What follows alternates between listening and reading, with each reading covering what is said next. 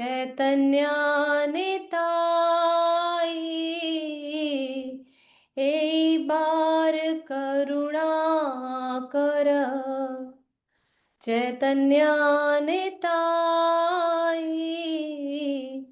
मौसम पतकियारा त्रिभुवने नाई। मौसम पतकियारा त्रिभुवने नाई। मुझे आति मूढ़ मति मायार नफारा। এই सब पापे मोरा तनु जार जारा। मलेच्छ अधम जता ছিল अनाचारी। मलेच्छ अधम जता ছিল अनाचारी। তা সব হইতে বুঝি मोर पाप भारी। अशेष पापेर पापी जगाई मधाई। अनायासे उदारिला তোমার দুভাই। अनायासे उदारिला তোমার दुभाई। लोचन बले मोद में दया ने लके ने। তুমি না করিলে দয়া কে করিবে আনে। তুমি না করিলে দয়া কে করিবে আনে। এবার করুণা कर चैतन्य निताई। हरे कृष्ण कृष्ण कृष्ण हरे हरे हरे राम राम राम हरे हरे। हरे कृष्ण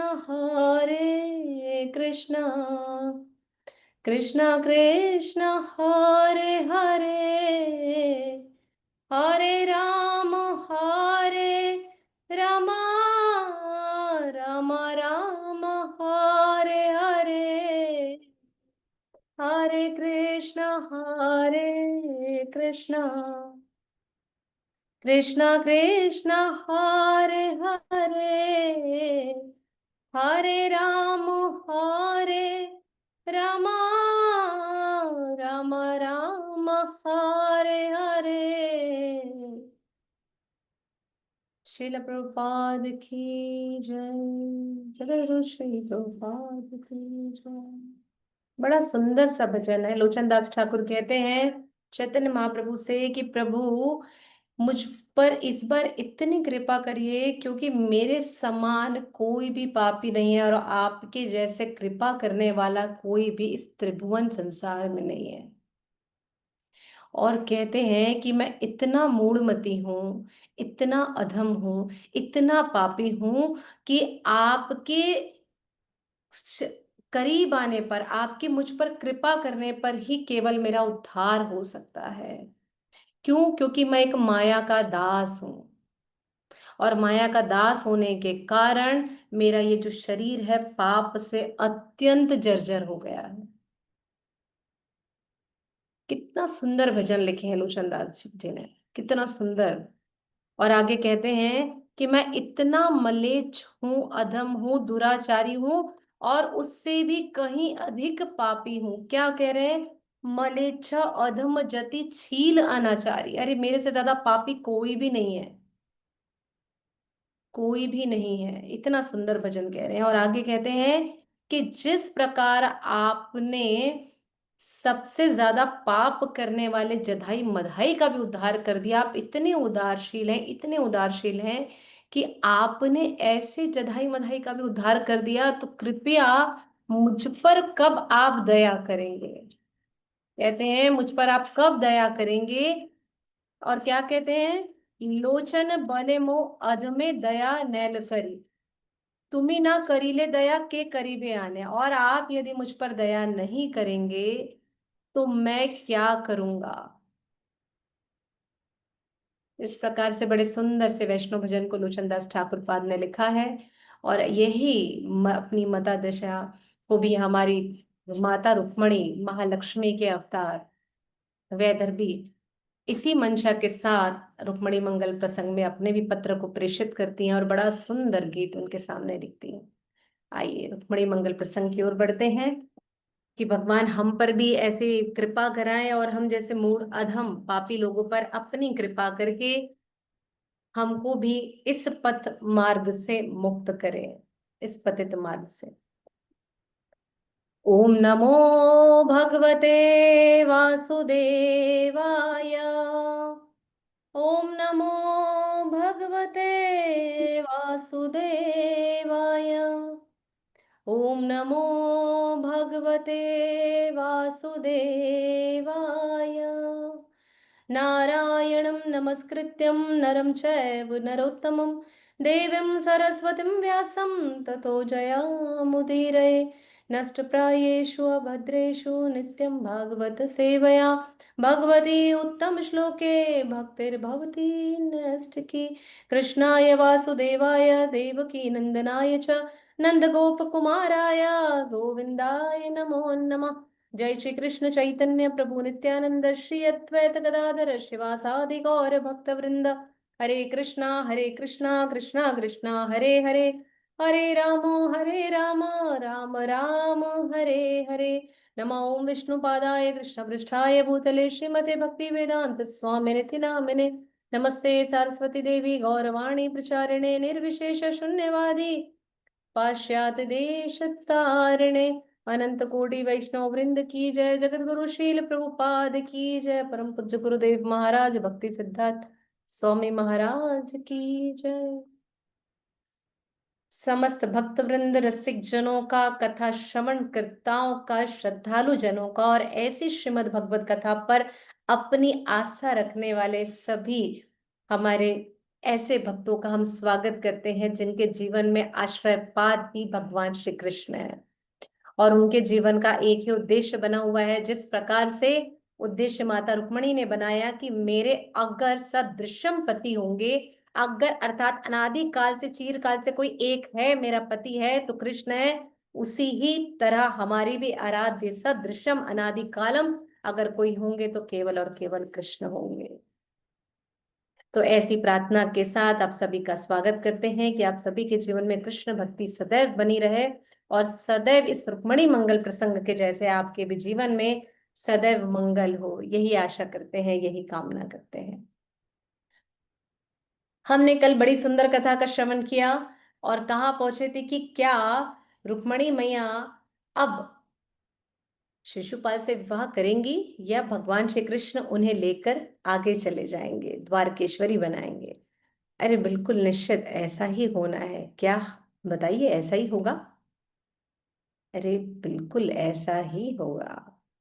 कल बड़ी सुंदर भगवान के सौराष्ट्र में रुक्मणी मंगल कथा सुनाई गई। रुक्मणी माता के शील गुणों पर चर्चा की गई, उनके रूप गुण माधुरी के बारे में बताया, किस प्रकार से देवल ऋषि, आसिल ऋषि, धौमिल ऋषि, वेदव्यास ऋषि और अनंत ऋषि गण गए और द्वारिका नगरी में बैठ करके माता रुक्मणी के अनंत रूप गुणों की चर्चा करी, उनकी पाक कला की चर्चा करी और ये बताया, एक नया हरि कथा प्रसंग लिख दिया भाई कि रुक्मणी कथा भी होती है।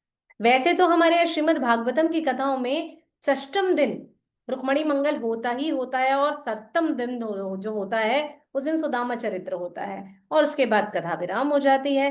लेकिन इसी तरह आजकल पंचम दिवस में होने लगा है, कहीं कहीं पर अपने अपने सुविधा के अनुसार लोगों ने चीजों को बदल लिया है। तो बिल्कुल हम भी इसी तरीके से माता रुक्मणी के मंगल प्रसंगों में आगे बढ़ रहे हैं। और कैसे बढ़ रहे हैं कि भगवान को पहले रुक्मणी की कथा के रूप गुण पाक कलाओं की चर्चा की गई, और यहाँ पर महाराष्ट्र में कृष्ण कथा सुनाई गई। सबने गुलाब जामुन अगर खाए होंगे तो गुलाब जामुन से कृष्ण याद आए होंगे, मक्खन मलाई से उनके अंग कांति याद आई होगी। घले काले बादल, आजकल बहुत मेघवर्ण बादल चमक रहे हैं, जब भी देखा होगा तेज बारिश हो रही, बिल्कुल भगवान के केश कांति की आभा इसी प्रकार से होगी। जैसे हमारी नूतन मैया ने पीले रंग की साड़ी पहनी, तो आज पहनी होंगी तो ऐसा लग रहा होगा बिल्कुल कृष्ण ऐसे पीताम्बरी धारण करते होंगे। और जैसे माता ने आज हमारी सुषमा मैया ने ये लाल रंग पहना हुआ है, ऐसे ही रुक्मणी मैया लाल रंग गुलाबी रंग धारण करके चलती हैं। आहा, हमारी प्रियंका मैया ने भी आज गुलाबी रंग के सूट पहने हुए, तो बिल्कुल जब जब इसे पहना होगा, धारण किया होगा, तो ये हृदय में भाव आया होगा कि मेरे कृष्ण ऐसे हैं और मेरी रुक्मणी ऐसी है। और जैसे योगेश्वरी मैया जो पाक कला में निपुण है, उन्होंने जैसे या तड़का लगाया होगा, दाल फ्राई किया होगा, तो बोलेंगे आहा, कृष्ण की झलक मिल गई, ऐसे चित्त का वर्णन किया। और जब आज सुबह आप सभी भक्तों ने श्रृंगार किया होगा भगवान का, तो भगवान का श्रृंगार किया होगा तो क्या लगा होगा, वटा पीरम वटवर नटवर वपु। अरे भैया, जैसे भगवान की कलगी में मोर पंख धारण किया होगा, बस भगवान ऐसी मोर पित्त धारण कर कर नृत्य कर रहे होंगे। कैसे सुंदर वर्णन किया कल की कथाओं में। और परिवार में उनके पिता विदर्भ देश के राजा भीष्मक ने यह विचार किया था कि अपनी पुत्री को एक सुयोग्य वर को दिया जाए, क्योंकि पुत्री बहुत गुणवान है। भीष्मक अर्थात समुद्र, रुक्मणी अर्थात सोने के आभूषण से सुसज्जित, जो समुद्र मंथन से निकली है। अर्थात हम सभी जानते समुद्र देवता है, समुद्र देवता की पुत्री है लक्ष्मी। और ये लक्ष्मी जो है, महालक्ष्मी का ये जो अवतार है, ये किसको स्वयंवर में चुनी? इतने सारे समुद्र मंथन में जब लक्ष्मी निकली, सब आए, लेकिन माता लक्ष्मी ने किसका वर्ण किया स्वयंवर में? स्वयं नारायण का वर्ण किया, बोले यही मेरे योग्य हैं। उसी प्रकार से ये जो भीष्मक की पुत्री है, भीष्मक अर्थात समुद्र देवता, जिनको जल से प्राप्त हुई है माता रुक्मणी, इसलिए इनका नाम है रुक्मणी।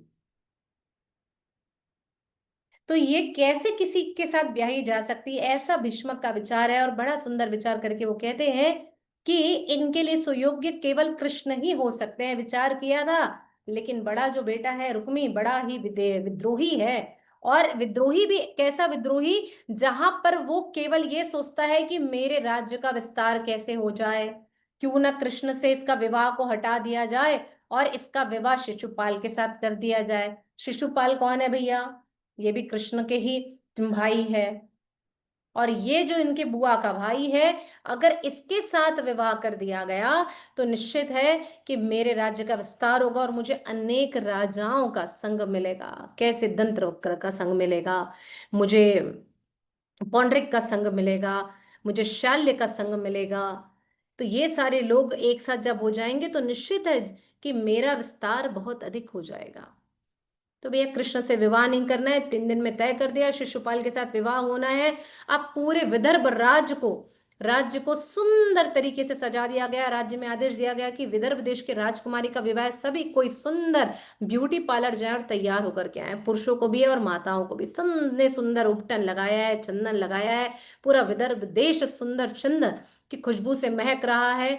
पूरे सड़क मार्गों में सुंदर पानी का छिड़काव किया गया, गुलाब जल डाला जा रहा है, महकती हुई सड़कें हैं, पुष्प उपवन से सुंदर सुसज्जित कर दिया गया है। और इस प्रकार से दीप मालिकाएं पूरे राजमहल में लगा दी गई हैं कि ऐसा लग रहा है मानो किसी ने दीपावली का श्रृंगार कर दिया है, दीपों की लड़ी लगा करके। अरे दिव्य श्रृंगार! अरे कैसे भाई शिशुपाल के साथ शादी होगी, दम घोष के पुत्र शिशुपाल से शादी होगी। अरे वाह, क्या बात है! ऐसा तो केवल रुक्मी सोच रहा है ना, लेकिन विचार तो कुछ और है। विचार कैसा है कि भैया माता रुक्मणी ने अपनी भाभी के पास गई, जब नंदों का ना कुछ हल्ला निकले तो लोग एक तीर छोड़ने जरूर जाती हैं। भाभी अगर अच्छी मिल गई तो ओके ठीक है, नहीं तो वही आग लगा देती हैं।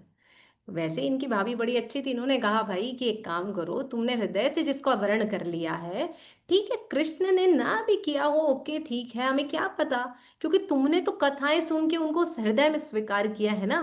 तो एक काम करते हैं, तुम एक सुंदर सा पत्र लिखो, पत्र लिखो और भेज दो बोले कृष्ण के पास द्वारिका।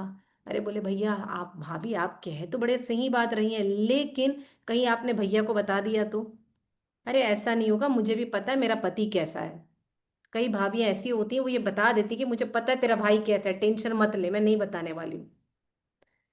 तुम पत्र भेजने की तैयारी करिए। बस अब रुक्मणी मैया को एक पहला शस्त्र हाथ में मिल गया कि भैया मेरी भाभी ने कहा है कृष्ण को पत्र लिखना है। आहा, बड़ा सुंदर प्रसंग शुरू हो रहा है। और ये जो प्रसंग आ रहा है, यहाँ पर धीरे धीरे पूरे राज्य में चर्चा हो गई है। कैसी चर्चा? कि भाई जहां पर अब कृष्ण का को हृदय में स्थान दे दिया रुक्मणी ने। अरे कृष्ण को केवल रुक्मणी ही पाना चाहती है, अरे रुक्मणी ही कृष्ण का वरण करना चाहती है। तो अब क्या करें? हाँ, अब तो पत्र भेजना ही पड़ेगा। अब रुक्मणी ने सुंदर सा एक पत्र लिखा, बड़ा सुंदर पत्र लिखा। और पत्र लिखा, इस पत्र में 7 श्लोकों के इस पत्र में उन्होंने अपने हृदय की सारी बातें लिख दी हैं, सब कुछ लिख दिया है। अब इसे भेजना है। बोले अब भेजने के लिए क्या किया जाए? कोई सुयोग्य व्यक्ति ही लेकर के जा सकता है ना। तो चिट्ठी लिखी गई, पत्र लिखा गया, बड़ा सुंदर पत्र 7 श्लोकों में माता रुक्मणी ने लिखा है। और लिखने के पश्चात उन्होंने चुनाव किया, डाकिया डाक लाया में अगर भेजा जाए तो इसे पहुंचने में समय लगेगा, स्पीड को पोस्ट कोरियर भी अगर किया जाए तो भी पहुंचने में समय लगेगा। तो ऐसा करते हैं, यहीं से एक सुशील ब्राह्मण को, योग्य ब्राह्मण को चुनते हैं। उनके ही राज्य में एक बड़े सुंदर ब्राह्मण राज्य का सारा काम संभालते थे, हवन यज्ञ सब कुछ देखते थे।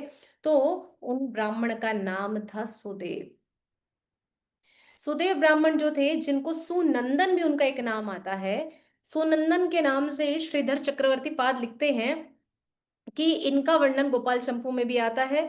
तो वो बताते हैं कि ये जो ब्राह्मण है, इनको रुक्मणी माता जी ने बुलाया, अपनी सखियों को, अपने मुख्य गणिकाओं को भेजा, बोले भैया सुदेव ब्राह्मण को बुलाया जाए, बुलाया करके लेकर के आया जाए।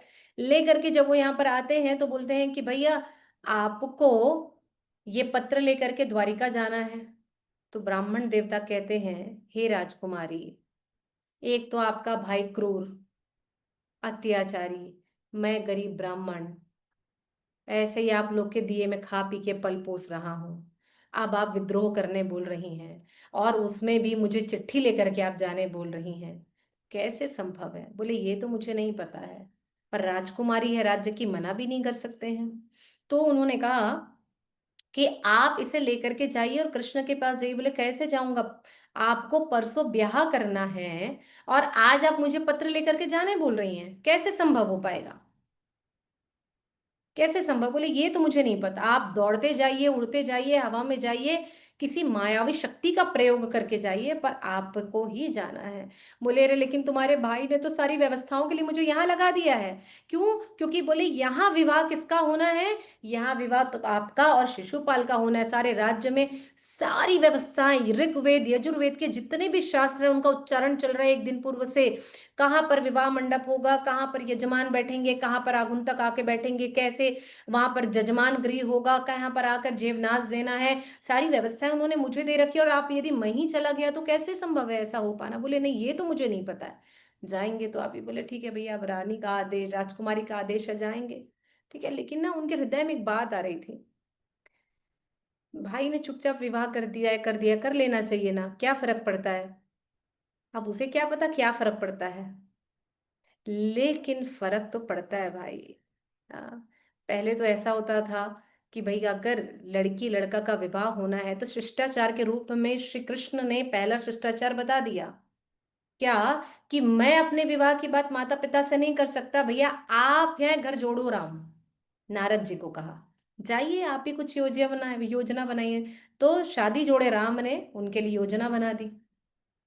यहाँ माता रुक्मणी के पिता ने जब पहले बेटियों से पूछा जाता था पूर्वत में कि भाई आपको विवाह करना है, ये योग्य वर है, इसके साथ विवाह कर दिया जाए, तो बिल्कुल ऐसा होता था कि हाँ भैया कर दीजिए विवाह।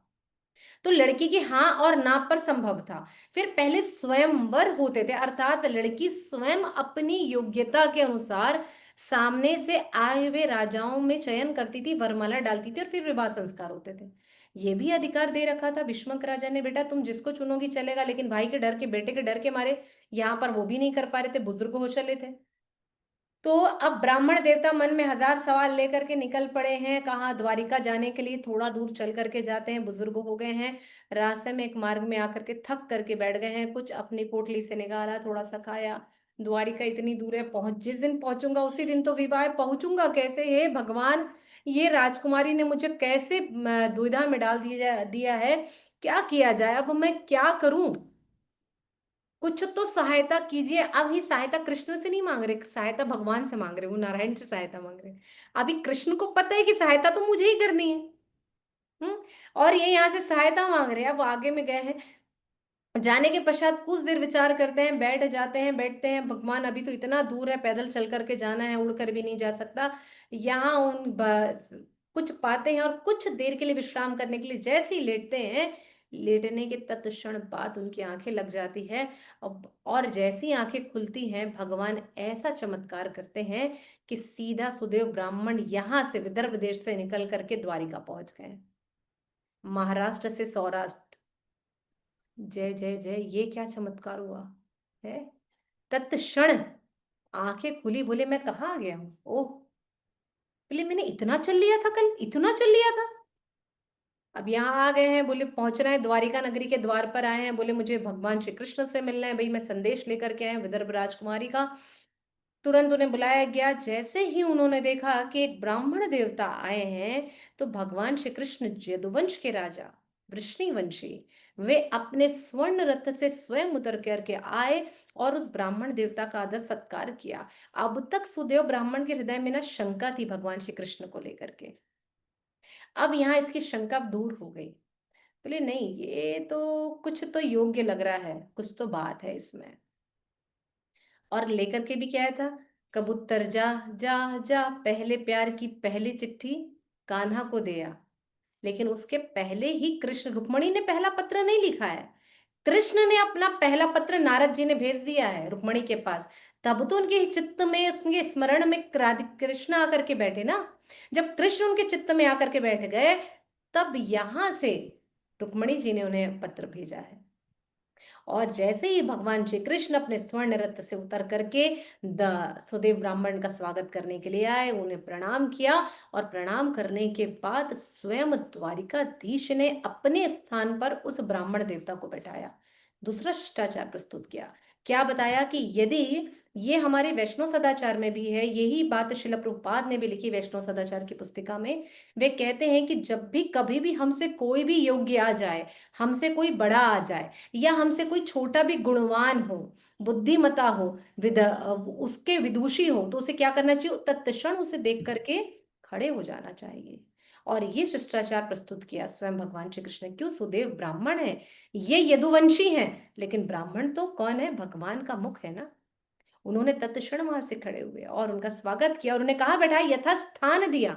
हमारे घर कोई अतिथि आ जाए तो हम द्वार खोलने के साथ ही क्या बोलते हैं, अच्छा कहाँ से आए आप, क्या काम है बताइए, गेट पे ही सारा क्रियाक्रम हो जाता है। लेकिन यहाँ पर श्री कृष्ण ने अगला संस्कार दिखाया। और क्या किया, जैसे ही उन्हें स्थान पर अपना स्थान दिया, एक राजा का स्थान दिया, और तत्क्षण उनका पद प्रक्षालन किया। ब्राह्मण देवता का तीसरा गुण उन्होंने बताया। आते साथ हमारे यहाँ गांव में आज भी ऐसा होता है, परिवार में जहाँ बड़े बड़े लोग होंगे, जैसे हमारी नूतन मैया है, किरण मैया है, उमा माता जी हैं, अक्सर इन घरों में जिनके घर बड़े लोग हैं, वे लोग एक लोटा पानी ला करके, घर में कोई भी श्रेष्ठ जन आए तो ला करके दे देते थे। अभी भी बहुत सारे घरों में चलता होगा। हाँ, ला करके दे देते, भैया आए हैं चरण धो करके अंदर आइए, आपका स्वागत है। और आजकल तो गेट में ही आधा गिलास पानी पिला करके पानी की बचत करते हैं, आधा गिलास पानी दे करके, भैया यहीं से बताओ और कल्टी ले लो, हमें कहीं और जाना है। हाँ, तो इस तरीके से कृष्ण ने उनका पद प्रक्षालन किया। अब ब्राह्मण देवता अन्य अत्यंत प्रसन्न, अरे वाह, क्या गुण है बोले कृष्ण में। हाँ, अब जब उन्होंने ये किया उसके बाद उन्होंने अपनी पीताम्बरी से ब्राह्मण देवता के चरणों को पोंछा, उन्हें साफ किया, और उसके बाद उन्हें स्वयं परोस कर भोजन खिलाया। चौथा संस्कार देखिए, घर में कोई आए तो क्या करना है, उस तुरंत उठकर उसका आलिंगन करना है। अगर छोटा है, बड़े हैं तो उन्हें प्रणाम करना है, यथा स्थान देना है, पैर धुलवाने के लिए उन्हें आमंत्रित करना है, पानी पिलाना है, और उसके पश्चात कुछ खिलाना। ये सारे गुण भगवान श्री कृष्ण प्रदर्शित कर रहे हैं कि कैसे शिष्टाचार हमारे भीतर आना चाहिए। इसलिए श्री कृष्ण की कथाओं को जब जब सुनेंगे तब तब हमारे भीतर वो गुण भी प्रतिपादित होंगे और हमारा संबंध उनके साथ बढ़ता चला जाएगा। अब इसके पश्चात भगवान श्री कृष्ण ने उन्हें भोजन कराया, और जितनी भी उनकी गणिकाएं हैं, जितने भी उनके सेवागण हैं, उनसे लेकर के स्वयं ब्राह्मण देवता को परोस रहे हैं, बड़े प्रेम से खिला रहे हैं, आदर भाव के साथ। और खिलाने के पश्चात अपने बिस्तर पर ले जा करके उन्हें अपने कक्ष में ले जा करके विराजमान कराया। अरे ब्राह्मण देवता आइए, आप विश्राम कीजिए। और जब ऐसे ही वो विश्राम करने के लिए आए, तो ऐसा नहीं कि भैया आ गए हो, एसी चालू कर दिया, पंखा चालू कर दिया, सो जाइएगा। नहीं, उन्होंने खुद उन चामर डुलाना शुरू किया। जैसे उन्हें थोड़ी हवा लगी, श्री कृष्ण ने स्वयं ब्राह्मण देवता के चरण दबाए। अभी यहाँ माता पिता के चरण दबाने के लिए बोले हैं लइका लोग को, तो बोलेंगे थक गए हैं मम्मी, बाबा क्या रोज रोज बाबा आप ये लगा दे रहते हो हैं। और कहीं दादी दादा ने बोल दिया कि बेटा अगर थोड़ा सर ही दबा दे, तो बोलेंगे गला कितनी दूर पर है। ये वाली स्थिति में आ जाते हैं। जब मोबाइल में अंगूठा घुमाने में तकलीफ नहीं होता, इसी को बोल देंगे दादी दादा को, इसी को थोड़ा दबा दो। लेकिन कहीं दादी दादा ने, माता पिता ने कह दिया कि भैया थोड़ा ये कर दो, तो उन्हीं के शरीर में दर्द शुरू हो जाता है। लेकिन स्वयं द्वारिकाधीश उस ब्राह्मण देवता के चरण दबा रहे हैं बैठ करके, और पूछते हैं कि हे ब्राह्मण देवता, अब आप विश्राम करिए, आपके आने का प्रायोजन क्या है ये मुझे कल बताइएगा। ऐसा नहीं पूछ रहे हैं कि भैया अब भी बता दो, काय को आए हो, किस लिए आए हो, क्या खबर है, ये बताओ। नहीं नहीं नहीं, अपने आने का प्रायोजन कल आप बता दीजिएगा। और जब ऐसा कह दे, ब्राह्मण देवता विश्राम करते हैं। उसके बाद जब वह उठते हैं, उठने के पश्चात ब्राह्मण देवता कहते हैं कि हे द्वारिकाधीश, हे द्वारिकेश्वर, मैं विदर्भ कुमारी रुक्मणी का आपके लिए कुछ पत्र लेकर के आया, कृपया आप उसे पढ़ेंगे। ये अत्यंत गोपनीय है। कृष्ण भगवान कहते हैं कि मेरा पूरा जीवन तो खुली किताब है, गोपनीय क्या है, तो इसे आप ही पढ़ दीजिए सुदेव ब्राह्मण। और साथ ही साथ पूछते हैं आपका शुभ नाम क्या है, क्या आप मुझे बताएंगे। तो कहते हैं मेरा नाम तो वैसे सुनंदन नंदन है। अरे वाह, आपकी और हमारी तो बहुत जमेगी जब मिल बैठेंगे दोनों यार, एक ब्राह्मण देवता और एक द्वारिकाधीश। हाँ, कहे कैसे, तो वे कहते हैं कि इस प्रकार से, क्योंकि आप सुनंदन हैं और मैं नंद नंदन हूं।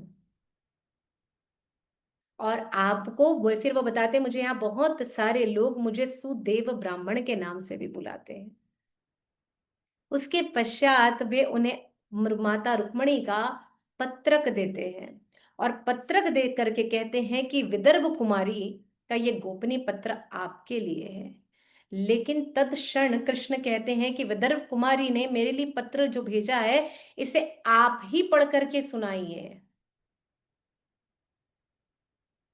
बोले मैं, अब ब्राह्मण देवता अति प्रसन्न, बोले केवल यही यही वर है जो मेरी राजकुमारी, मेरी पुत्री को वरण करने के योग्य है। इसने एक क्षण भी नहीं लगाया कि मुझे पढ़ना चाहिए, इसने कहा आप पढ़िए।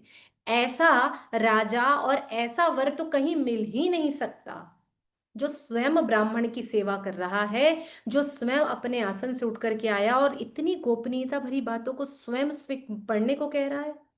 केवल यही वर्ण के योग्य है। अब वो रुक्मी को भूल गया, विदर्भ राज को भूल गया, अरे बाजू में सारी चीजें आजू बाजू में। अब पहुंच गए रुक्मणी जी के इस पत्रक में। और रुक्मणी जी का ये जो पत्र है, 7 श्लोक का सुंदर पत्र, जो कि 10वें स्कंद के 52वें अध्याय के 37वें श्लोक से शुरू होता है, और 7 श्लोक में 43 नंबर तक आता है, 37 to 43 तक। और ये जो श्लोक है ना, इतना सुंदर है कि कहते हैं कि यदि आप में से कोई भी प्रतिदिन इसे पढ़े तो उसके पति के भीतर द्वारिकाधीश जैसे गुण प्रयुक्त होने लगते हैं, पनपने लगते हैं। हरि बोलिए रासमई मैया। हरे कृष्णा माता जी, धन्यवाद। 10 पॉइंट माता जी। 52, 37 to 43। 10.52 37 to 43। थैंक यू माता जी, थैंक यू। अब इतना सुंदर पत्र लिखा, और कैसा पत्र लिखा, लिखे जो खत तुम्हें वो तेरी याद में, आहा हजारों रंग के। सबको अपने अपने द्वारिकाधीश याद आ रहे होंगे, और जिसको नहीं आ रहे होंगे ना, वो द्वारिकाधीश की तैयारी कर रहा होगा। और जिसके द्वारिकाधीश की तैयारी कर रहा होगा, जो द्वारिकाधीश बनने वाला है ना, वो भी तैयारी करेगा कि मेरी रुक्मणी कैसे हो। क्योंकि इस पत्र में दोनों की तैयारियां हैं। बोले माता रुक्मणी ये भी बता रही है कि करना क्या है, और ये भी बता रही है कि आप कौन हैं। अनेक गुणों को यहाँ पर वर्णित करती है। तो सबसे पहली लाइन में कहती हैं, श्री रुक्मणी उवाच श्रुत्वा गुणान् भुवन सुंदर शिवड़ताम ते निर्विश्य कर्ण विवरेत हरतोंगतापम रूपम दशादशि मताम अखिलार्थ लाभम त्वयुच्यता विशति चित्तमं पत्रपम में। रुक्मणी जी कहती हैं, श्रुत्वा गुणान भुवन सुंदर श्रवणताम ते। मैं, हे त्रिभुवन सुंदर, हे त्रिभुवन सुंदर, इसमें मेरा कोई भी दोष नहीं है। आप त्रिभुवन सुंदर हैं, इस कारण मेरा चित्त आपसे रमा है। पहले ही लाइन में दोषी ठहरा दिया कृष्ण को, मेरी कोई गलती नहीं है। आप सुंदर हैं इसलिए त्रिभुवनपति हैं। कैसे? पृथ्वी, ऊपर के 6 लोक और नीचे के 7 लोक, सारे लोकों में आपसे ज्यादा सुंदर कोई नहीं है। हे त्रिभुवनपति, आपसे ज्यादा सुंदर कोई नहीं है। और आगे कहती हैं, क्या कहती है माता रुक्मणी, कि इस जगत में आपके गुणों को सुनकर सुनने वालों के शरीर के ताप दूर हो जाते हैं। क्या कह रही है यहाँ पर? निर्विश्य कर्ण विवृते हरतोंग तापम। आपकी कथा का श्रवण करने से, जो ये मैंने कान के छिद्रों में जब आपकी हरि कथा प्रवेश करी ना, इन कान के दोनों छिद्रों से हरि कथा के प्रवेश करने मात्र से मेरे शरीर का ताप जलकर भस्म हो गया। इसमें भी मेरी कोई गलती नहीं है, गलती आपकी है। देखिए कैसे माताएं दोषी ठहरा देती, बचकर निकल गई दोनों पॉइंट्स में, और बोले भगवान आपकी गलती है, मेरी कोई गलती नहीं है। और आगे कहती है, रूपम दशा दशी मताम अखिलार्थ लाभम।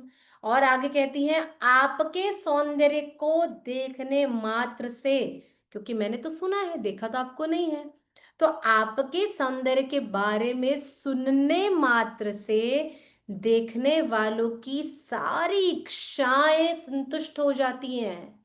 आपका ऐसा रूप गुण की चर्चा जब ऋषियों ने करी मेरे पास आकर के, कैसे? वरापीटम नटवर वपु कर्ण कर्णम कारणम। अरे भैया, जब जब मैंने सुना कि आपके कानों में जब कुंडल मकराकृत कुंडल आकर के आपके गालों को आकर चूमते हैं, तो मुझे पता है कि लोगों के हृदय में क्या भाव आते हैं। हरी हरी। और आगे क्या कहते हैं कि आपका ये जो वटा पिरम, अरे ये जो मोर पंख धारण करते हो ना, ये जब पगड़ी पर लहलहाता है तो ऐसा हृदय मन करता है कि बस अब आप मोर के जैसे नृत्य कर रहे होंगे।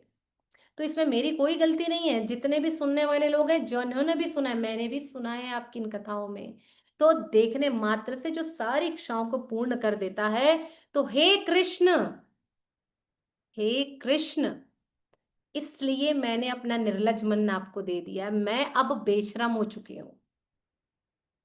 भैया मेरी कोई गलती नहीं है, आपने मुझे निर्लज्ज बनाया है, आपने मुझे बेशरम बना दिया है। कैसे? त्रिभुवनपति आप, गुणवान आप, शीलवान आप, आपकी कथाएं कर्ण भेदन करते हुए शरीर के ताप को खत्म कर रही हैं। सुनने मात्र से मेरा चित्त में मेरी इच्छाओं की तृप्ति हो जा रही है। भगवान केवल आप, आप इसके लिए जिम्मेदार है, मैं नहीं। अब भगवान श्री कृष्ण ने ये पहली लाइन ही सुनी थी, क्या सुनी उन्होंने? श्रुत्वा गुणान भुवन सुंदर श्रवणताम ते। उन्होंने आगे सुनना ही नहीं चाहा सुदेव ब्राह्मण से। बोले भैया तू बौरिया बिस्तर सुनाते रहना, पत्र को हाथ में पकड़। और क्या कहा उन्होंने? दारुक रथ तैयार करो। और दारू को कहा तुम आकर के रथ तैयार करो। अब मुझे बताइए, मैंने आपको बताया था जगन्नाथ जी के रथ में चार घोड़े, चारों घोड़े का क्या नाम है? हाँ, चारों घोड़े का क्या नाम है?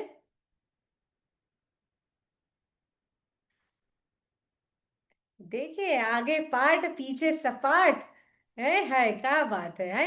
1.5 महीने से जगन्नाथ जी की कथा करते करते करते महाप्रसादी अंदर ले लिया, वो सब कुछ भूल गए। तो जगन्नाथ जी के चार घोड़ों का जो नाम है ना, वही कृष्ण के चार घोड़ों का नाम है। या कृष्ण के जो घोड़ों का नाम है वही जगन्नाथ जी के घोड़ों का नाम है। तो उनके घोड़ों का क्या नाम है? पहला तो दारुक, जो उनका सारथी भी बनता है, और क्या नाम है? शैव्य, सुग्रीव, मेघपुष्प और बलाहक, ये चार घोड़े हैं। और इनमें से ये जो चार घोड़े हैं ना, तो यहाँ शील विश्वनाथ चक्रवर्ती ठाकुर पाद कहते हैं कि ये जो चार घोड़े जिसको भगवान श्री कृष्ण ने आदेश दिया दारुक रथ तैयार करो, और सुदेव ब्राह्मण को कहा रथ में चढ़ जाओ, सीट बेल्ट बांध लो, मुझे नहीं पता अगर लैंडिंग गड़बड़ हुई तो तुम उड़ जाओगे ब्राह्मण देवता, मुझे बाद में दोष ना दीजिए हो कि भैया तो आपने क्या कर दिया। तो कस के सीट बेल्ट बांध लो, मैं भी उड़ रहा हूं। दारुक से कहा कि ये जो शिल चक्रवर्ती पाद कहते हैं कि ये जो शैव्य है ना, इसका रंग जो तोते के समान रंग है, हल्का हरा, हल्के हरे का ये रंग है। और सुग्रीव जो है ये पीले रंग का घोड़ा है, और मेघ पुष्प जो है वो बादल के रंगों का है, कैसे जैसे कृष्ण भगवान के श्यामल केश है, ऐसे सुंदर केश वाला घोड़ा है।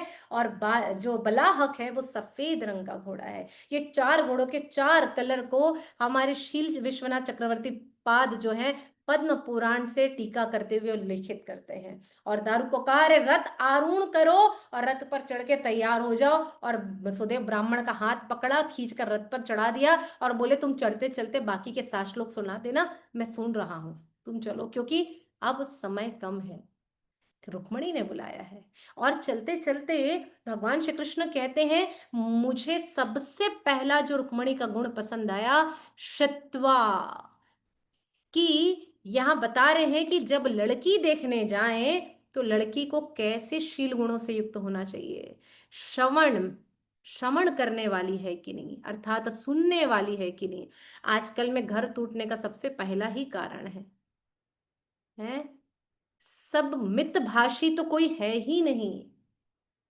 मृदुभाषी तो दूर की बात है, कौए जैसे बोलती हैं लड़कियां, हैं। और उल्टा इतना बोलती हैं, सुनना तो बाजू की दुकान में है, बोले बाजू से खरीद के ले आओ, सुनाना है तो वहीं छोड़ करके आओ, पाव भर किलो में मिल जाएगा आपको। तो यहाँ भगवान श्री कृष्ण कह रहे हैं, और यही हमारे चक्रवर्ती पाद बता रहे हैं कि भगवान श्री कृष्ण ने पहला गुण देखा, पहले पत्र का पहला गुण शत्वा की माता रुक्मणी के भीतर जो गुण है श्रवण का गुण है, इसलिए भगवान श्री कृष्ण ने इनका वर्ण किया।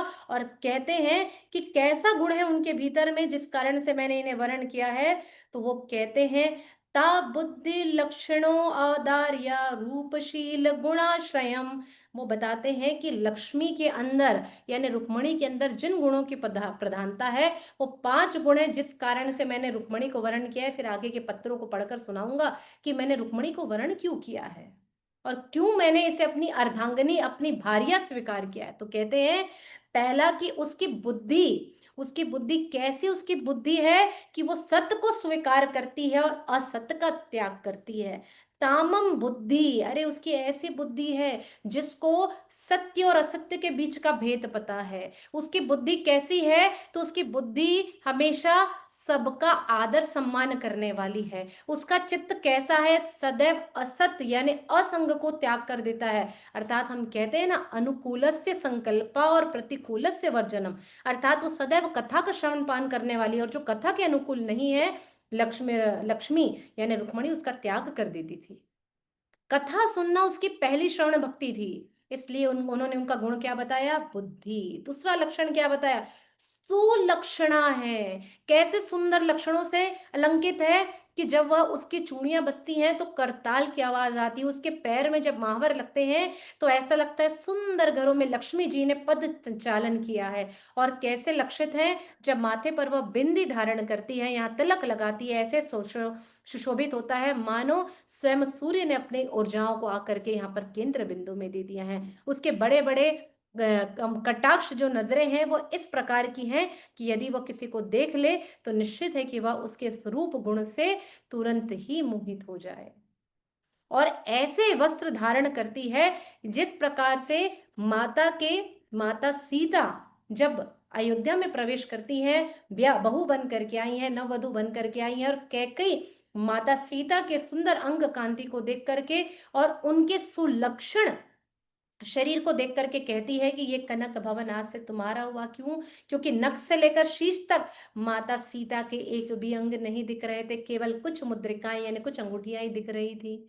ऐसे ही सुंदर ये जो आजकल के सीरियलों में दिखाता ना, जिसमें माता जी लोग ऐसे आधे अधूरे से कपड़े पहने रहती है, ऐसी कोई भी हमारी देवियां तैयार नहीं होती थी। आप देख लीजिए देवी दुर्गा सुंदर, बड़े बड़े सुंदर अंगों और ऐसे जेवर पहनती थी कि यहां से यहां तक तो कुछ दिखता ही नहीं है। ये जबरदस्ती लोगों ने बना दिया है। अश्लीलता का प्रचार बिल्कुल भी नहीं। आपका शरीर जितना सुंदर ढका होगा, जितना सुंदर आप तैयार होंगी, लोग आपको एक बार जरूर पलट करके जरूर बोलेंगे, अरे भैया बस यही होनी चाहिए हमारे घर की बहू, यही होनी चाहिए मेरी पत्नी। तो ऐसे सुंदर लक्षणों से सुशोभित थी माता सीता। और जब उनके नख से शीश तक कोई भी अंग नहीं दिखे, केवल इतना ऐसे दिख रहा था माता सीता का मुख, तो इतने सुंदर रूप को देख करके कैकेयी मोहित हो गई और बोले आज से ये कनक भवन सोने का भवन हुआ तुम्हारा, हे मिथिलेश कुमारी। ऐसे ही रुक्मणी जी हमारी तैयार हुई थी, ऐसी उनकी अंग कांति थी। और जब ये अंग कांति उन्होंने देखा, उसके बाद क्या कहा उन्होंने, ये जो है औदार्यता बुद्धि लक्षणों औदार्य। कैसा औदार्य, अर्थात इतनी उदारता की ऊंचाई है उनके भीतर, इतनी उदारता की ऊंचाई है कि कोई उसे छू ही नहीं सकता था। कैसे नहीं छू सकते थे? तो बताते हैं इसका एक प्रसंग लेकर के कि इनकी उदारता को माता सीता की उदारता से समकक्ष बताया गया है। जब माता सीता भगवान श्री राम के साथ में केवट प्रसंग के लिए आगे बढ़ते हैं, अर्थात अब यहाँ पर वनवास हो चुका है और सब कुछ त्याग करके केवल वे दोनों भाई राम और लक्ष्मण माता सीता को लेकर के आए हैं। माता सीता के पास कुछ मुद्रिकाएं और एक कुछ मांग टीका और इतने ही कुछ जेवर थे गिने चुने, उसके अलावा कुछ नहीं था उनके पास में। और जब केवट प्रसंग होता है, केवट प्रसंग में जैसे ही केवट भगवान श्री राम के चरण प्रक्षालन करते हैं और उन्हें केवट इस पार से उस पार नाव में लेकर के जाता है। और उसे जब ये बात भी पता होती ना केवट को कि भैया ये जिसको छूते हैं, अहिल्या को हाथ अलग पैर लगाया तो पाषाण से मनुष्य देवी बन गई है, अगर ये मेरे नौका को पैर लगा देंगे तो पता नहीं ये क्या बन जाएगा। तो पहले तो बैठाने को तैयार नहीं था, अब बैठा भी दिया, लेकर के चले गया तो जपते हुए जा रहा, राम राम जी कुछ नहीं करना, राम जी मेरी लाज रखियो। हम्म। वहां पहुंच गए, उसके जी में जी आया। अब राम जी जानते थे कि भैया केवट को कुछ तो देना पड़ेगा। तो यहाँ उनकी उदारता की प्रतिमूर्ति बताया जा रहा है कि माता सीता ने बिना कुछ कहे अपनी मुद्रिका निकाली और धीरे से भगवान श्री राम को टच किया और कहा कि आप ये उन्हें दे दीजिए। यहाँ तो माताएं कोई उन्हें कुछ 10 रुपया भी दे दे और बाय डिफॉल्ट 10 रुपए का धनिया भी लेना पड़ जाए तो पति से 100 रुपए वसूल लेती। इतना गजब का इनका टैली है, इतना गजब का अकाउंट होता है। 10 रुपए के धनिया के बदले में वो 100 रुपए वसूली कर लेती है माताएं लोग। इतना धन्य है उनका डिस्क्रिप्शन रहता है। और ऐसे अकाउंट से तो पति लोग भी हार गए, बोले भैया 10 के धनिया में तुमने 90 रुपए मेरे से एक्स्ट्रा क्यों लिया? बताइए, कल भी आज 10 रुपए का धनिया लिया, कल भी लिया था, दोनों दिन का 20 रुपया हो गया, 20 दूनी 40 हो गया क्योंकि दुकान गई थी। 20 रुपए का पेट्रोल लग गया, 50 रुपया हो गया, 70 रुपया हो गया। वहां जा ही रही थी कि बच्चे ने कुछ लेने को कहा तो उसको मैंने 20 रुपए का दिला दिया, करते करते मेरा 100 रुपया खर्च हो गया। अरे भैया तू 10 रुपया मेरे से पहले ही ले लिया कर। लेकिन माता सीता ने अपनी मुद्रिका निकाल करके दे दी भगवान श्री राम को और कहा कि आप केवट को दे दीजिए। उन्होंने 1 मिनट को नहीं सोचा। और मान लीजिए किसी को अगर कुछ दे दिया, एक आध रुमाल भी दे दिया ना, तो उससे साड़ी वसूल लेंगी, ऐसी माताएं आजकल की। उदारता तो है ही नहीं। तो भगवान श्री कृष्ण कह रहे हैं मैंने इसकी उदारता देखी है कि कैसी है स्वयं लक्ष्मी, इसलिए मैंने उनका स्वीकार किया। और आगे क्या कहते हैं, रूपम शील गुणान आश्रमम, अर्थात ऐसा इनका रूप है कि इनकी उपमा किसी से नहीं की जा सकती है। इतनी रूपवान थी माता रुक्मणी कि उनका रूप तीनों लोकों में किसी के समकक्ष नहीं था। अरे लक्ष्मी जी किसी के समकक्ष हो सकती है क्या? संभव ही नहीं है। स्वयं राधा रानी का विस्तार है। राधा रानी चंद्रावली, चंद्रावली से रुक्मणी, कैसा होगा इनका रूप? तीनों लोकों में इनके जैसा रूप नहीं। और आगे कहते हैं ये शीलवान है। रूप को चौथे नंबर पर लिया। और आज के समय में लड़की देखने के लिए जाते हैं, लड़की बिल्कुल मक्खन मलाई के जैसे गोरी होनी चाहिए। सबसे पहले रूप देखते हैं, गुण तो बाद में आता है। 32 में से 12 भी नहीं, 4 भी मिल गए तो चला लेंगे, भले राक्षस होगी चलेगा, पर सुंदर दिखनी चाहिए। ऐश्वर्या राय सुष्मिता सेन से कम नहीं दिखनी चाहिए।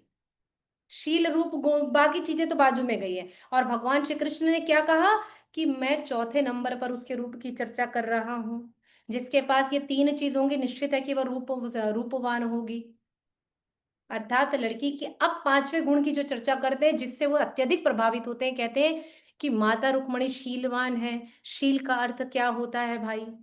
शील का अर्थ होता है जो छोटे को अपने पुत्र के समकक्ष समझे, अपने से बड़ों को पिता के समकक्ष समझे और उनका आदर करे, और जो उनके बराबर है, जो उनके समतुल्य थे, उन्हें अपने भाई के जैसा आदर करती थी। ये स्वभाव आजकल की लड़कियों में कहाँ है? अरे पिताजी को यार बना देती हैं। और बाबा लोगों को, पिताजी लोगों को लगता है अरे हमारी बेटी तो बड़ा अच्छा बात कह रही है। अरे नहीं भैया, पिता पिता है, भाई भाई है। हमारे यहाँ यार प्यार का कोई चक्कर नहीं होता। इसलिए शिष्टाचार कृष्ण की कथाओं से ही भीतर प्रवेश करेगा। लड़की देखने जाए, जिनको भी बहू लाना है भैया, 5 गुण सामने रख लो, स्क्रीनशॉट लेकर के अपने स्क्रीन में रख लो, भैया 5 गुण पर चर्चा करनी है। शीलवान क्यों है? और ये बताया जाता है कि माता रुक्मणी इतनी शीलवान थी कि सोचिए, किसी राजा की राजकुमारी से बात करने के लिए तो पूरा राज्य विचार करेगा ना कि कैसे इस लड़की से बात किया जाए। भैया इस राज्य की राजकुमारी, विदर्भ देश की राजकुमारी, किसी भी राज्य की राजकुमारी से कोई बात नहीं करने आता था। लेकिन रुक्मणी ऐसी थी कि पूरे राज्य के हर व्यक्ति रुक्मणी से बात करता था। छोटे लोग आकर के उनसे बात करते थे, अपनी यथा दशा बताते थे। बड़े लोग आकर के उन्हें बेटी के जैसे स्नेह करते थे, पुत्री के जैसे स्नेह करते थे। हर कोई उन्हें आशीर्वाद ही दे करके जाता था। और जो भी उनके भाई के समकक्ष थे, जो उनकी आयु के बराबर थी, माताएं भी जो उनकी आयु के बराबर थी, वे सभी इस प्रकार से उन्हें गले से लगा लेती थी, अपनी सभी सखियों को बराबर देखती थी कि सबको लगता था कि हम अपनी हृदय की सारी व्यथा दशा रुक्मणी से कह सकते हैं। कोई उन्हें रुक्मणी रुक्मणी राजकुमारी कहकर संबोधित नहीं करता था। उन्हें प्यार से कोई उनका रुक्कुमाई कहता था, कोई उन्हें रुक्मणी कहता था, कोई उन्हें कहता था हे वैदर्भी कहता था, कोई उन्हें हे भीष्मी कहता था। इस प्रकार से अनेक प्रेम संबोधन से माता रुक्मणी को संबोधित किया जाता था। इतनी शीलवान थी। तो श्रमण क्षत्वा, ये पहले शब्द को सुन करके स्वयं भगवान श्री कृष्ण उस सुदेव ब्राह्मण को बताते हैं कि मैंने रुक्मणी को क्यों स्वीकार किया है, इन 5 गुणों के कारण। और कहते हैं कृष्णश्च सदृशी भार्या समुद्दोडु मनोदधे, अर्थात कृष्ण के लिए सदृशमयी भार्या, सदैव अनादिकाल से जो कृष्ण की भार्या होगी वो केवल रुक्मणी ही होगी, ये बता रहे हैं। इसी पर टीका करते हुए कहते हैं कि रुक्मणी सदृशम भार्यम है, और वही सदृशम पति कौन है? स्वयं भगवान श्री कृष्ण है। और यही उनकी अंतरंगा शक्ति भी है। रुक्मणी को क्या बताया हमारे आचार्य श्रीधर चक्रवर्ती पाद ने? यही इनकी अंतरंगा शक्ति है, और क्षीर काल अनंत काल से यही इनकी पत्नी है। ओह, बड़ा सुंदर वर्णन। अब पहला ही श्लोक सुने हैं, और पहला श्लोक सुनने के बाद से ब्राह्मण को दारू का रथ तैयार करो। रथ में चारों अपने घोड़ों को जोता दिया, और स्वयं भगवान श्री कृष्ण वहां बैठ गए हैं, और साथ ही ब्राह्मण को इस प्रकार से खींच करके बैठाया कि पता ही नहीं चला कि सुदेव ब्राह्मण कब राजमहल से निकलकर रथ पर आरूढ़ हो गए। अब दूसरे श्लोक की ओर आगे बढ़ते हैं, और आगे बढ़ करके कहते हैं क्वा त्वं मुकुंद महति कुलशील रूपम विद्यावयो द्रविणं धामभिरात्मतुल्यं धीरां पतिकुलवती नावृणीत कन्या काले नृसिंह नरलोकमानो अभिरामम्। कहते हैं कि क्वा त्वां मुकुंद महती। अरे आप देखिए, माता रुक्मणी ने फिर से एक नया शिष्टाचार प्रदर्शित किया। आजकल पति पत्नी या जीएफ बीएफ कैसे बात करते हैं? अरे यार तुम, यार कैसे यार, हाँ, तुमसे संबोधन करने लगे हैं। और अनादि काल से माता रुक्मणी क्या संबोधन कर रही हैं? आप, हे मुकुंद आप। तो हमको ये बता रही हैं कि अपनों से बड़ों से कैसे बात करना चाहिए। अगर कोई हमारे समकक्ष भी हो और छोटा भी हो तो उसे क्या कहना चाहिए? आप। ये रुक्मणी मैया इस पत्र पे बता रही हैं। और आगे कहती हैं, महति कूलशील रूपम। हे मुकुंद, आप वंश, वंश यानी वृष्णि वंशी हैं, ऐसे कुल में आपने जन्म लिया है। आपके जैसा चरित्र तो किसी का हो ही नहीं सकता। मैंने ब्रज देख लिया, गोकुल देख लिया, मथुरा में देख लिया, द्वारिकाधीश के भी ऐश्वर्य को सुन लिया। आपके जैसा किसी का चरित्र हो नहीं सकता। आपके सौंदर्य की तुलना, हे त्रिभुवनपति, अनंत कोटि ब्रह्मांड में नहीं की जा सकती। अनंत कोटि ब्रह्मांड नायक, राज राजेश्वर कहते हैं हम भगवान श्री कृष्ण को। ये कह रही है माता रुक्मणी। और कहते हैं, आप सदैव युवावस्था में रहते हैं। कैसी युवावस्था की चर्चा कर रही हैं? वयः अर्थात आप सदैव 21 से 25 वर्ष की आयु में हैं। आप कभी इसके नीचे गए ही नहीं हैं। 25 से 26 नहीं हुए भगवान श्री कृष्ण। और ऐसे ही 16-17 साल की सुकुमारी हमारी रुक्मणी। आप युवावस्था में, और आपकी संपदाएं चीर संपदा है, इसमें मेरा कोई भी दोष नहीं है। चौथा कारण बताइए आपको वर्ण करने का। चरित्र में, वंश में, सौंदर्य में, बल में और संपदा में कोई भी आपकी बराबरी नहीं कर सकता, इसलिए मैंने आपका वर्ण किया है। आगे कहती है कि आप पुरुषों में सिंह हैं। ओहो भगवान, चौथा कारण बता रही हैं, पांचवा कारण। आप पुरुषों में सिंह हैं। कैसे सिंह हैं? कि आपकी यह जो सिंह की प्रतिभा है, मैंने सुन रखा है कि सिंह के भाग को कोई भी खींच कर नहीं लेकर जा सकता। आपकी यही मानवता ही मुझे अत्यधिक आनंदित करती है। भगवान का संबोधन किससे किया? काले नरसिंह नरलोक मनो अभिरामम। आप सारे नरों में उत्तम अभिरामम, सारे लोगों में श्रेष्ठ हैं। नरसिंह के जैसे हैं, नरों में श्रेष्ठ सिंह के जैसे हैं।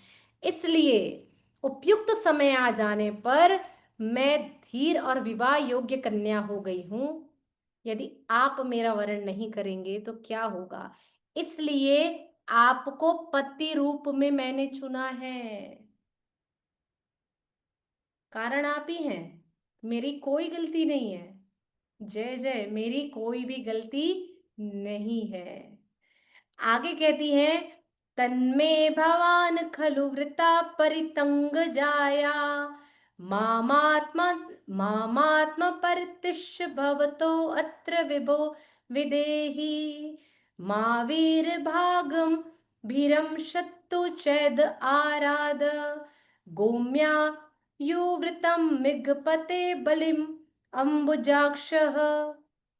कहती हैं कि अतएव, अब कहती तन्मे अतएव, हे प्रभु, मैंने आपको, फिर कह रही है भवान, भवान खलु अर्थात अतएव मैंने आपको, भवान यानी कि आपको पति रूप में चुन लिया है। चुन लिया, चुन लिया, चुन लिया, ये सारे गाने इसी से बने हुए हैं। समझे? ये जितने भी गाने हैं ना, इसी कारण ही बने हैं, यहीं से आए हैं। इसलिए जब भी कोई गाना सुने तो याद रखना रुक्मणी मैया ने पत्र लिखा है, और उस गाने को कृष्ण को सुनाना। और आगे कहती है, अब मैंने आपको पति रूप में चुन लिया है ना, इसलिए आपकी शरण में आ गई हूं। अब आप सोचिए, आप लोग ऐसे प्यार भरी बातें जब अपने पति से कहेंगी तो पति बोलेंगे, हाय हाय, आज क्या हो गया मेरी घर की, ये जो कल आई तक ज्वालामुखी जो थी, चंद्रमुखी को ब्याह करके लाया था, और ज्वालामुखी में जो परिलक्षित हो चुकी है, ये कैसे राजकुमारी बन चुकी है। तो सोचिए, सूरजमुखी से प्यार किया था, लेकर आए तो चंद्रमुखी थी, और आजकल की माताएं यानी जितनी पत्नियां हैं वो सभी ज्वालामुखी का रूप ले चुकी। लेकिन जैसे ये प्रेम पत्र आप लोग सुनाएंगे ना, उसके बाद सब आप पर मोहित, और आपके पति भी द्वारिकाधीश के गुणों को लेकर के स्वीकार कर लेंगे। हाँ, और उसके बाद कहते हैं कि मैंने आपको पति रूप में स्वीकार कर लिया है, अब आपकी शरण में आ गई हूं, तो हे सर्वशक्तिमान, तुरंत आइए और मुझे अपनी पत्नी बना लीजिए, हे कमल नेत्र के स्वामी। क्या कहती हैं कि हे कमल नेत्र के स्वामी, कि ये जो चेदी राज का पुत्र है ना, यहाँ क्या लिखा हुआ है यहाँ पर, कि अभिमशत्रु, सॉरी, अभिशत्रु चैद अराता, अर्थात ये जो चेदी राज का पुत्र है ना, दमघोष का पुत्र शिशुपाल है ना, मैं किसकी संपत्ति हूं, सिंह की संपत्ति हूं, तो कोई सियार मुझे कैसे भोग कर सकता है। अब उन्होंने कृष्ण के पौरुषत्व को ललकार दिया है, उनकी वीरता को ललकार करके संबोधित करी दूसरे श्लोक में कि आप सिंह हैं, नरों में श्रेष्ठ हैं। और तीसरे श्लोक में कहती हैं कि अगर आप सिंह हैं, तो ये जो चेदी रात का पुत्र है ना, चेदी नरेश दम घोष का पुत्र शिशुपाल है, ये सियार है, ये मेरा भोग कैसे कर सकता है। मैंने आपको वरण कर लिया है, अब आप आइए और मेरा वरण करके लेकर के जाइए। अरे क्या सुंदर पत्र, ऐसा कोई पत्र लिख सकता है क्या, है इतना सुंदर पत्र। उपमा पर उपमा दिए जा रही है रुक्मिणी भगवान श्री कृष्ण को। हाँ, और आगे कहती हैं कि ये सियार जैसा शिशुपाल के अंदर एक भी वीरता का अंश नहीं है, ये मुझे कैसे छू सकता है। बता दिया, कायर है ये शिशुपाल। इतना सुंदर वर्णन किया। हाँ, फिर आगे चौथे श्लोक में कहती हैं, और फिर एक शिष्टाचार को चौथे श्लोक में परिलक्षित करती हैं। कहती हैं, पुते दिष्ट दत्त नियम वत्र देव विप्र गुर्वर्चनादि भिलरम भगवान परेशम आराधितो यदि गदा अग्रज एत्य पाणिम गृहातुं मे न दम घोष सुता धन्योन्ये। यहां पर कह रही है, हे गदा अग्रज के भाई, अपने जेठ का नाम नहीं लिया यहाँ पर। कौन है, भगवान रुक्मणी के, भगवान रुक्म सॉरी माता रुक्मणी के जेठ कौन है, बलराम जी। और उनको क्या कह रही है भगवान श्री कृष्ण को, कि हे गदा अग्रज के भाई। इतना सुंदर संबोधन। यहाँ तो जेठ जी के सामने जहां हमें पर्दा करना चाहिए, ठीक है, आज हम आधुनिक युग में रहते हैं, बहुत ज्यादा मॉडर्नाइजेशन हो चुका है, लेकिन कुछ तो सीमाएं बनी हुई हैं। और इतना सुंदर वर्णन कह रही है, अपने जेठ जी का भी नाम नहीं ले रही हैं, तो पति का नाम भी नहीं लिया कृष्ण का, कहीं मुकुंद के नाम से उन्हें बताया, कहीं वृष्णिवंशी कहा, और उन्हें इस प्रकार से उन्हें संबोधन कर रही, ना पति का नाम लिया है और ना जेठ का नाम ले रही हैं। हम्म, और आगे कहती हैं कि यदि मैंने पुण्य कर्म यज्ञ दान अनुष्ठान व्रत के साथ साथ कितने भी देवता गण ब्राह्मण गुरुओं आदि की पूजा भी की है ना, तो हे गदा अग्रज, आप आकर के मेरा पानी ग्रहण कर लीजिए। कितने भी पुण्य किए हो मैंने, गुरुओं की सेवा करी है, जल खुदाया है, यहां पर है ना सबसे पहली लाइन में है, पुते दष्ट दत्त नियमन वत्र देव विप्रार, ब्राह्मणों की सेवा करी है, मैंने कुएं खुदवा लिए हैं, यहाँ पर मैंने कोई भी जप तप ध्यान किया हुआ है, और किसी भी तरीके से मैंने अर्चन विधि इत्यादि कुछ भी किया है ना, तो भी ये सब कुछ आप रख लीजिए और मेरा करके पानी ग्रहण कर लीजिए। क्योंकि ये दमघोष का पुत्र है ना, अंतिम लाइन में कहती है, ये दमघोष सुता दयो अन्य, अर्थात दमघोष, शेदी नरेश का नाम था दमघोष, देखिए उसका भी नाम नहीं ले रही है, कहती दमघोष का पुत्र भी मेरा वरण ना कर सके, मुझे हाथ न लगाने पाए, ऐसे भी माता रुक्मणी को कोई स्पर्श नहीं कर सकता था। इतना सुंदर शिष्टाचार का वर्णन, ना उसका नाम लिया, ना जेठ का नाम लिया, ना पति का नाम लिया, सबको एक साथ संबोधित कर दिया। इतना सुंदर पत्र, शिष्टाचार हर श्लोक में एक शिष्टाचार को परिलक्षित, अगर शिष्टाचारों की लाइन बनाएंगे तो लगभग 15-16 शिष्टाचार यहाँ पर वर्णित हो रहे हैं।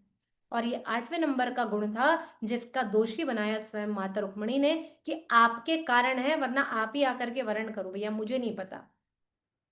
और क्या किया, गदा अग्रज, क्या बताया कि जो मेरे जेठ है ना, वे इतने बलशाली हैं, एक शब्द में इतने बलशाली हैं कि जिनका सामर्थ्य तीनों लोकों में नहीं कोई कर सकता। मल्ल युद्ध में निपुण है, गदाधर है, हलधर है।